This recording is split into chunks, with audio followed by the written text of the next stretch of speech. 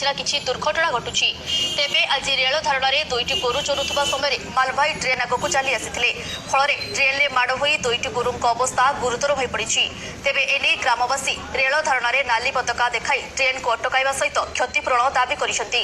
घटनास्थଳରେ railway police पहुंची यार समाधान करथिले मध्य ग्रामवासी विरोध करथिले। परे बांसड़ा थानार अधिकारी पहुंची बुझासुझा करबा परे ट्रेन को छड़ा जाइथिबा सूचना रहिछि।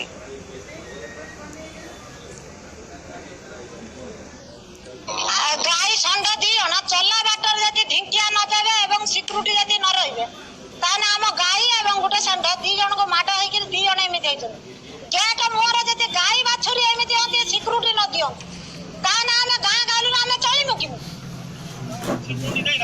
सिक्यूरिटी देइछन सिक्यूरिटी गोटिया सिक्यूरिटी एवं ढिंकिया नाही एटी गोटिया सिक्यूरिटी से सिक्यूरिटी एपट हबो ना सेपट आमे चाहछो एठी सिक्यूरिटी दियो हम गाई गोरु दिला सुरक्षित रख एवं हम गाम या मुंडा एटा किंतु एटा ट्रेन लाइन गाई गुटे गुटे षंड ताकू गेट सामनार जेतेबेले एमिति हेई गला ताले टिकियाटा अछि नाही बोली सी आउ सिक्यूरिटी गोटे सिक्यूरिटी तार कोन करि परि गाईर षंडर सी ताकू देखि तो भय लागो।